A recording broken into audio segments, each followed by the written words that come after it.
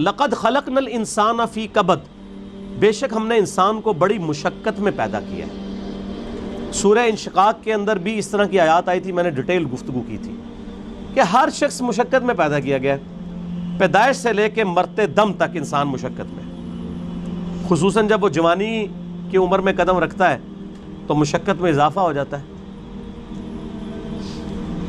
اور وقت کے ساتھ ساتھ انسان پہ برا وقت ہی آتا ہے، اچھا وقت نہیں آتا۔ انسان کی مصروفیات بڑھ جاتی ہیں، انسان کی تگ و دو بڑھ جاتی ہے، اولاد کی تربیت کا معاملہ، ان کے رزق کا بندوبست کرنا، ظاہر ہے اللہ نے اسباب کے ساتھ چیزوں کو جوڑا ہوا ہے، تو پوری زندگی انسان مشقت کاٹتا رہتا ہے۔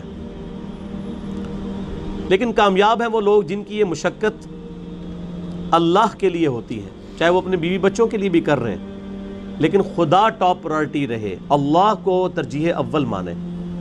جیسے ہی اللہ کے حوالے سے ترجیح ہٹ گئی تو آپ کی بڑی سی بڑی نیکی بھی زیرو سے ملٹیپلائی ہو جائے گی۔ ایک شخص رزق حلال کما رہا ہے، اس کے لیے نیکی ہے، لیکن اگر اس کی وجہ سے وہ نمازیں چھوڑ رہا ہے، روزے چھوڑ رہا ہے، اللہ کے احکامات کو پامال کر رہا ہے، تو یہ اس کی نیکی پھر کس کام کی ہے؟ وہ تو پھر کئی اور لوگ بھی کر رہے ہیں۔ کیا دنیا میں لاکھوں غیر مسلم ایسے نہیں ہیں جو حلال کما رہے ہیں؟ بڑے بڑے اپ رائٹ قسم کے لوگ ہیں، اس طرح کے آپ کو مسلمانوں میں دکھانے مشکل ہو جاتے ہیں، لیکن جب تک خدا کے ساتھ کمٹمنٹ نہیں ہوگی آپ کی نیکیوں کا آپ کو فائدہ نہیں ہوگا۔ تو انسان کو مشقت میں اللہ نے پیدا کیا، ماں کو بھی مشقت اٹھانی پڑتی ہے، باپ کو بھی اٹھانی پڑتی ہے، اور انسان جب یعنی بچپن میں تو اس کی بڑی بادشاہ والی زندگی ہوتی ہے، جو جوانی میں قدم رکھتا ہے اس کی مشقت کا دور شروع ہو جاتا ہے، حتیٰ کہ انسان اس زندگی سے فارغ ہو جاتا ہے۔ اتنی تکلیفیں اٹھانے کے بعد ابھی آخرت کی تکلیفیں باقی ہیں۔ اگر کسی نے دنیا میں اللہ کی مرضی کی زندگی گزاری تو اس کی یہ مشقت عارضی ہے، ہمیشہ کی کامیابیاں اس کا مقدر ہے، اور اگر کسی نے دنیا اپنی مرضی کی گزاری تو یہاں پہ کتنی عیاشی کر لے گا، وہ الٹیمیٹلی مر کے ہمیشہ کی زندگی میں اللہ تعالیٰ کے حضور اسے ناکامی کا سامنا کرنا پڑے گا، اور ہمیشہ کی مشقتیں، ذلت اور عذاب اس کا مقدر ہونے والی ہیں، وَلِعَوْذُ بِاللَّهِ تَعَالَى۔ تو انسان کی کوشش ہوتی ہے، اب وہ کوشش اگر پازیٹیو ہے رزلٹ پازیٹیو نکلے گا، نیگیٹو ہے تو نیگیٹو نکلے گا۔ اسی کا ذکر اب آگے آ رہا ہے، أَيَحْسَبُ أَن لَّن يَقْدِرَ عَلَيْهِ أَحَدٌ، کیا انسان یہ گمان کرتا ہے کہ اس پر کسی کا بس نہیں چلے گا؟ یعنی وہ اگر دنیا اپنی مرضی کی گزار ہے تو یہ سمجھ رہا ہے آخرت بھی اپنی مرضی کی گزارے گا؟ نہ، ایسا نہیں ہوگا۔ یقول اہلکت مالا لبدا، بڑے فخر سے کہتا ہے کہ میں نے تو بڑا مال خرچ کیا ہے۔ اسپیسیفکلی تو اشارہ ہے مشرکین عرب کے ان امیر لوگوں کی طرف جن کا ذکر قرآن پاک میں کئی جگہ آیا کہ وہ بڑا فخر کرتے تھے کہ ہم حرم مکہ کی جو خدمت ہے وہ ہمارے ذمہ ہے، ہم یہاں پہ حاجیوں کے اوپر جو ہے وہ خرچہ بھی کرتے ہیں، اللہ کی راہ میں لوٹاتے ہیں۔ اللہ فرماتا ہے ان اعمال کا فائدہ نہیں ہے جب تک تم اللہ کی توحید اور اس کے نبی علیہ السلام کی رسالت پر ایمان نہیں لاؤ گے، شرک سے کنارہ کشی اختیار نہیں کرو گے، تو یہ حاجیوں کے اوپر کھانا پینے کے اوپر پیسے صرف کرنا، یہ مال جو تم لگا رہے ہو اور بڑی اکڑ رہے ہو کہ اللہ کے حضور اس کا کوئی اجر ملے گا، کوئی اجر نہیں ہے اس کا۔ اَيَحْسَبُ أَن لَّمْ يَرَهُ أَحَدٌ، کیا وہ خیال کرتا ہے کہ اسے کسی نے نہیں دیکھا؟ اس کو نہیں پتا یہ تم لوگ کس لیے کر رہے ہو، وہ کرتے تھے صرف اپنی عمارت کو جتانے کے لیے، ریاکاری کے لیے، لوگوں پہ اپنی جو دولت ہے اس کا روب ڈالنے کے لیے۔ جس طرح آج کل بھی آپ دیکھتے ہیں لوگ مساجد کے اندر وضو خانے بنواتے ہیں، ٹوائلٹس بنواتے ہیں، قالین ڈلوا لیتے ہیں، تو باقاعدہ وہ کئی جگہ پہ تو دیکھا گیا نیم پلیٹ لکھوا دیتے ہیں کہ وضو خانہ فلاں کے لیے ہوا ہے، فلاں کے سالے ثواب کے لیے۔ بھائی اگر سالے ثواب کے لیے بھی ہے تو اللہ کو تو پتہ ہے نا، آپ کے لکھنے کا تو اللہ محتاج نہیں ہے، نیکیوں کو تو چھپانا چاہیے، یہ خطرہ ہے کہ آپ کی نیکیاں برباد ہو جائیں۔ اور کئی لوگ تو جو ہے وہ حرام کے مال سے جو ہے اس طرح کے معاملات چل رہے ہوتے ہیں ان کے، اور وہ یہ سمجھتے ہیں کہ ہم اللہ کی راہ میں تھوڑا سا پیسہ خیرات کر کے اپنے باقی کے مال کو حلال کر لیں گے، ایسا نہیں ہوگا۔ اللہ تعالیٰ بہت غیرت مند ہے۔ صحیح مسلم میں حدیث ہے قیامت والے دن ایک سخی کو، ایک شہید کو اور ایک قاری کو بلایا جائے گا، اللہ تعالیٰ شہید سے پوچھے گا تجھے میں نے اتنی صحت دی، given circumstances تیرے لیے فیوریبل کیے, تو نے اس کے بدلے میں میرے لیے کیا کیا؟ وہ کہے گا یا اللہ میں نے جان دے دی. اور کیا کرتا؟ سب سے بڑی قربانی یہی ہو سکتی. اللہ فرمائے گا تو نے جان اس لیے دی تاکہ لوگ تجھے کہیں بڑا بہادر ہے, تو تجھے دنیا میں لوگوں نے بڑی تعریف کی تیری, تجھے دنیا میں اجر مل چکا ہے اس ریاکاری کا, اوندا منہ کر کے دوزخ میں ڈال دیا جائے گا. بولے اعوذ باللہ تعالی اللہم اجرنا من النار. آمین. سخی سے اللہ پوچھے گا تجھے اتنا مال دیا تھا, تو نے میرے لیے کیا کیا ہے؟ کہ یا اللہ میں نے اتنا صدقہ اور خیرات کیا تیرے علم میں, حتیٰ کہ میں نے مسجدوں میں نیم پلیٹ بھی اپنے نام کی لگوائی ہے, تجھے نظر نہیں آتی وہ پلیٹیں؟ یہ میں کہہ رہا ہوں اس کی ایکسپلینیشن. اللہ فرمائے گا تو نے اس لیے سب کچھ کیا تاکہ لوگ کہیں بڑا سخی ہے, تو دنیا میں تیری بڑی تعریف ہوئی ہے. آج بھی آپ دیکھ لیں, میں نام لیے بغیر کہتا ہوں, لاکھوں کے دسترخوان روزانہ کے چلا رہے ہیں حرام کے مال کے اوپر, اور لوگ ان کی بڑی تعریف بھی کرتے ہیں. دیکھیں جی چلے جو کچھ بھی ہے غریبوں کو کھلا بھی تو رہا ہے نا. یہ کرائٹیریا دنیا میں ٹھیک ہے. یہ فرزانہ ڈاکو والا معاملہ جو ہے نا, وہ کہ بھی ایک ڈاکو وہ امیروں سے لوٹ کے غریبوں کی مدد کرتا تھا, یہ فلموں میں اچھا ہے, اللہ تعالیٰ کے لیے نہیں ہے. اللہ تو ایک کسی بھی کرٹیکل ریزن کی وجہ سے زیرو سے ملٹیپلائی کر دیتا ہے سب کچھ. بے پرواہ ہے نا. سر آپ اپنی داڑھی پگڑی نمازوں سے اور بڑے بڑے دسترخوانوں سے عوام کو دھوکہ دے سکتے ہیں, اللہ کو نہیں. صحیح مسلم میں حدیث ہے, اللہ تعالیٰ تمہارے شکلوں اور تمہارے مال کو نہیں دیکھتا, دلوں اور اعمال کو دیکھتا ہے. شکل بھی نہیں دیکھنی اور مال بھی نہیں دیکھنا. آپ لوگ کیا دیکھ رہے ہوتے ہیں؟ بڑا نورانی چہرہ ہے, اللہ کا کتنا کرم ہے اس پہ, کتنی دولت ہے, اور اللہ کیا فرما رہا ہے؟ دل اور اعمال. حتیٰ کہ صحیح بخاری میں آتا ہے, اور اس کا ذکر اشارتاً سورہ توبہ میں بھی آیا ہے.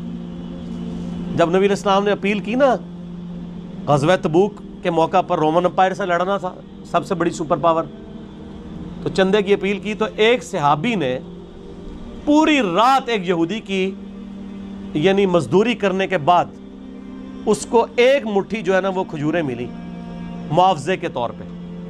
بارٹر سسٹم تھا نا, ضروری نہیں کرنسی ملتی تھی, کھجوریں مل جاتی تھی, جو کے دانے مل جاتے تھے, گندم مل جاتی تھی, اور وہ ایک مٹھی کھجور لا کر نبی علیہ السلام کے پاس پیش کرتا ہے کہ میری طرف سے یہ جہاد کے لیے قبول کریں. وہاں پہ منافقین ہوتے ہیں جو اوپر سے مسلمان ہیں, وہ آپس میں ایک دوسرے سے ٹھٹا مذاق کرتے ہیں کہ یہ دیکھو ایک مٹھی کھجور سے کیا فرق پڑنا ہے, ٹھیک ہے. اور نبی علیہ السلام اتنے خوش ہوتے ہیں کہ آپ علیہ السلام ان کھجوروں کو وہ جو جتنا مال ہے اس کے اوپر یوں بکھیرتے ہیں اور فرماتے ہیں یہ سب پہ بھاری ہے. پیچھے اخلاص ہے نا. اسی لیے دیکھیں نیکیاں قیامت والے دن گنی نہیں جانی, تولی جانی ہے. مکے کے اندر رہنے والا شخص جو روزانہ 5 وقت نماز حرم میں پڑھتا ہے, ہزاروں لاکھوں نمازوں کا ثواب کماتا ہے.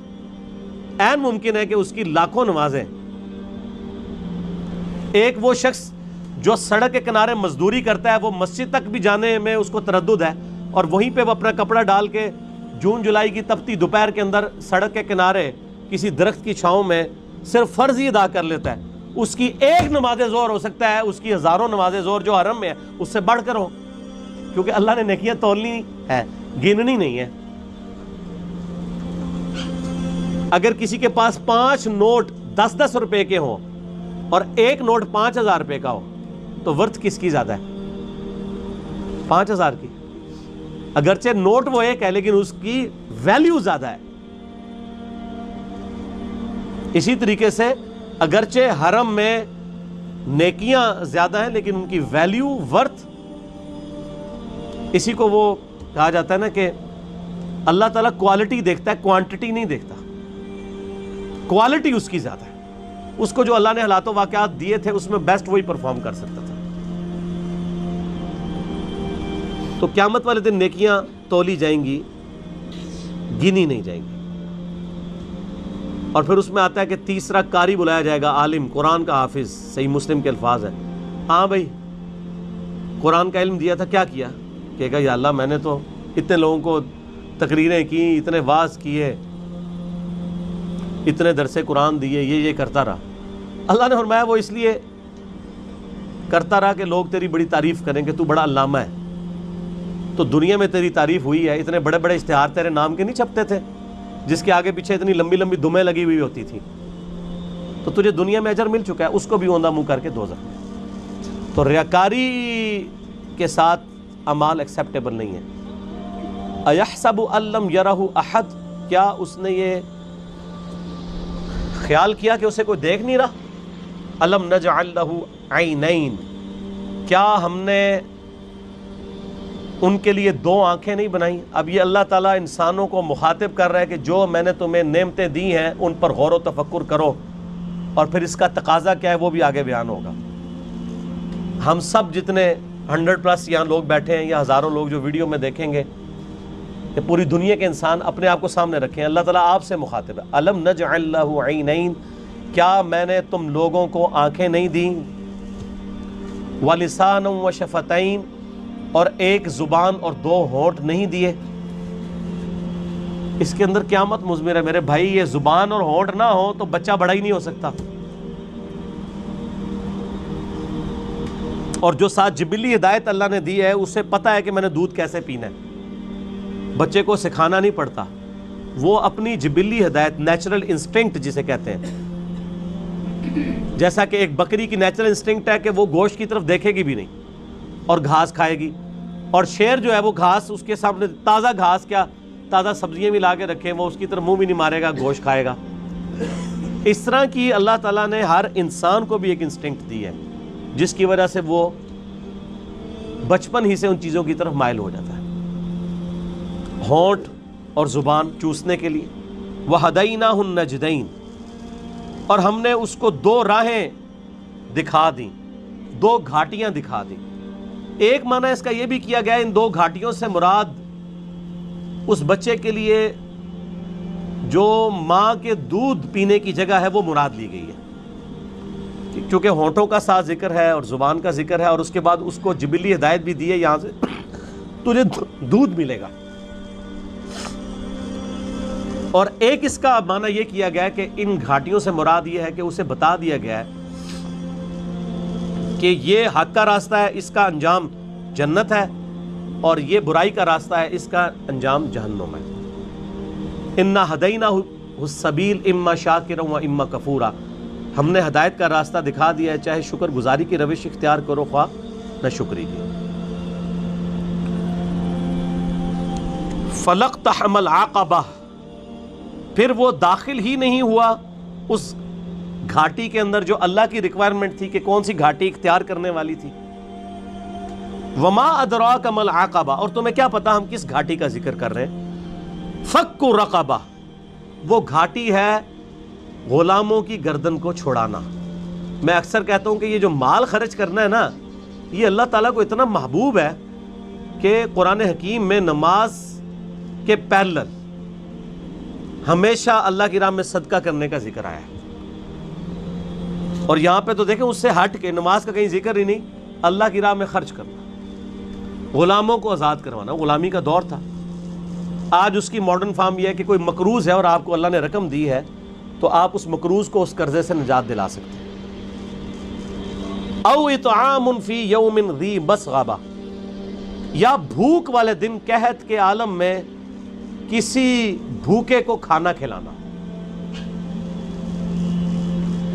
یہ ہے وہ گھاٹی جو تمہیں عبور کرنی, یعنی جیب ڈھیلی کرنی ہے اللہ کے لیے. اللہ کے لیے جیب وہی ڈھیلی کرے گا جس کی یہ عقیدت ہوگی اللہ کے ساتھ, اور یہ عقیدہ وابستہ ہوگا کہ میں جو مال اللہ کی راہ میں خرچ کر رہا ہوں الٹیمیٹلی اس کا بدلہ مجھے اللہ تعالیٰ نے آن دا ڈے آف ججمنٹ قیامت کے دن دینا ہے. دنیا میں تو اگر آپ سے گورنمنٹ کہے کہ آج 10 روپے خرچ کرو, ہفتے بعد 1 لاکھ روپیہ لے لینا, تو سب لوگ کہیں گے جی ہمارے پاس تو کافی پڑے ہوئے ہیں, گھر یہ بھی لے لیں. اور لاکھ کے ساتھ ڈبل شاہ کے کئی واقعات آپ کے ملک میں نہیں آتے. اور اللہ کیا فرما رہا ہے سورہ البقرہ میں, 700 گنا تک کر کے لوٹاؤں گا, 700 گنا. اور یہ فرمایا جس کے لیے چاہوں گا اس سے بھی زیادہ اس کے لیے لوٹا دوں گا. اتنا بڑا پروفٹ تو کوئی بھی نہیں دیتا. اور اس دن جس دن کی کرنسی صرف نیکی ہے, قیامت کے دن, قرآن حکیم میں کئی جگہ آیا نا, اگر کسی شخص کو یہ اختیار دیا جائے کہ اس زمین اور اس کے مثل اور سونا پوری زمین جتنا سونا بھی خیرات کر دیا جائے تو کہے گا یا اللہ میں خیرات کرتا ہوں مجھے دوزخ سے رہائی مل جائے. تو یہاں تو اللہ تعالیٰ آپ سے اتنا بڑا سونا ڈیمانڈ نہیں کر رہا. گیون سرکمسٹانسز میں جو جتنا افورڈ کر سکتا ہے اللہ کی راہ میں خرچ کرے. بھوکے کو کھانا کھلانا, اور یہ کھانے کھلانا چاہیے. آج کل یہ جو بھوکے جعلی قسم کے پھر رہے ہیں نا زیادہ تر, ان کو بھی جو ہے نا ایڈریس کرنے کا بڑا آسان طریقہ ہے. جو کہتا ہے نا جی میں نے روٹی کھانی ہے مجھے 10 روپے دیں, اس کو کہ چلو روٹی کھلا دیتے ہیں, آؤ ہوٹل پہ بیٹھو کھاؤ روٹی, پیمنٹ کر دوں گا. وہ بیسیکلی پیسہ مانگنے کے لیے انہوں نے ایک جو ہے ذریعہ اڈاپٹ کیا ہوا ہوتا ہے. انہوں نے وہ روٹی نہیں کھانی ہوتی ہے, وہ پروفیشنل ہوتے ہیں. لیکن یہ یاد رکھیے گا قرآن حکیم میں ایون اگر کوئی پروفیشنل بیگر بھی, کوئی بھکاری آپ کے پاس آ جاتا ہے, آپ کو یہ اجازت نہیں کہ آپ اسے ڈانٹیں. آپ ڈانٹیں گے نہیں اسے, بلکہ آپ اس کو جو ہے وہ پیار محبت کے ساتھ جو ہے وہ اس کے راستے کے اوپر چلا دیں گے. اسے کہیں گے بھائی اللہ تعالیٰ آپ کی مدد فرمائے. ڈانٹنے کی اسلام میں اجازت نہیں ہے. اگر آپ پیسے نہیں دے سکتے تو یہ حق آپ کو کس نے دیا کہ آپ کسی کو ڈانٹیں؟ آپ نے کیا اس شخص کو خریدا ہوا ہے کہ آپ اسے ڈانٹیں گے؟ کوئی آتا ہے آپ اس کو دعا ہی دے دیں کہ اللہ تعالیٰ آپ کی اس پریشانی کو دور فرمائے. اور اگر کوئی روٹی کا طلبگار ہے اور آپ کھلا سکتے ہیں تو ہوٹل پہ اس کو لے جائیں, کھلا دیں. اور آپ دیکھیں گے اکثر لوگ ہی فارغ ہو جاتے ہیں. کئی لوگ مسجدوں میں کھڑے ہوتے ہیں, او جی جیب کٹ گئی ہے فلاں شہر جانا ہے کرایہ چاہیے. آپ ان کو اگر کہیں کہ ہاں آپ کو بس میں بٹھا دیں تو 100 میں سے شاید 2 یا 3 بندے تیار ہوں گے. تو مقصد تو ان کا جانا تھا. میں تو یہی کرتا ہوں, اگر کسی کو اس طریقے سے معاملہ ہو تو میں تو پھر اس کو بس میں بٹھا کے آتا ہوں, کنڈکٹر کو کرایہ اس کے ہاتھ میں, اور ساتھ کیا کہتا ہوں کہ اگر یہ اترے تو کرایہ تیرا, چلو اس غریب کے کام آ جائے نا. اس کو نہیں دینا جس نے 2 نمبری کی ہے, جھوٹ بولا ہے. اگر ایسا کوئی کرے تو یتیمن ذا مقربہ, یا یتیم جو کہ رشتہ دار بھی ہو اسے کھانا کھلایا جائے. او مسکینن ذا متربہ, یا مسکین جو ہے جو خاک نشین ہے, مٹی پہ بیٹھنے والے جن کے پاس جگہ بھی نہیں ہے, ان کو کھانا کھلانا یہ اللہ تعالیٰ کے حضور نیکیوں میں سے ایک نیکی ہے. ثم کان من الذین آمنوا وتواصوا بالصبر وتواصوا بالمرحمہ, پھر اس کے بعد ایمان والوں سے جو ایک دوسرے کو نصیحت کرتے ہیں صبر کی, اور ایک دوسرے کو رحمت کی نصیحت کرتے رہتے ہیں. دیکھیں اللہ کی راہ میں صدقہ اور خیرات کرنے کے بعد اللہ تعالیٰ نے ایمان لانے کا ذکر کیا ہے, اور اللہ کی راہ میں جو صبر و استقامت ہے اس کا ذکر کیا ہے, صرف امپورٹنس بتانے کے لیے کہ اللہ کی راہ میں جیب ڈھیلی کرنے کی کتنی امپورٹنس ہے. ایمان لانے والے, صبر اختیار کرنے والے, اور صبر کی تلقین کرنے والے. یہ تو خیر ڈیٹیل آگے سورۃ العصر میں آئے گی نا, جو 4 کامیابی کے لیے شرائط ہے, ان میں آخری 2 شرائط یہی ہیں کہ آپ نے حق بات کی تلقین کرنی ہے اور صبر کی تلقین کرنی ہے. اولئک اصحاب المیمنہ, یہی وہ لوگ ہیں جو قیامت والے دن دائیں ہاتھ والے ہوں گے, یعنی ان کا نامہ اعمال ان کے دائیں ہاتھ میں دیا جائے گا. والذین کفروا, وہ جو انکار کرنے والے ہیں, ناشکری کرنے والے ہیں, بآیاتنا, ہماری آیات کی, ہم اصحاب المشأمہ, وہ لوگ ہوں گے بائیں ہاتھ والے. علیہم نار مؤصدہ, ان پر قیامت کے دن آگ چھا رہی ہوگی. بولے اعوذ باللہ تعالی, اللہم اجرنا من النار, آمین. یہ قرآن کا اسلوب ہے کہ جب بھی اہل ایمان کا ذکر ہوتا ہے نا تو ساتھ ہی ساتھ فاسقین کا اور اہل جہنم کا بھی ذکر ہوتا ہے. اہل جنت کا ذکر ہوتا ہے تو اہل جہنم کا بھی ذکر ساتھ میں ہوتا ہے, کیونکہ دونوں چیزیں پیرلل میں ہیں. صرف یہ نہیں ہے کہ میٹھی نیند آپ کو سلا دیا جائے, تصویر کا دوسرا رخ بھی دکھایا جاتا ہے کہ بھائی بڑے معاملات سخت ہونے والے ہیں.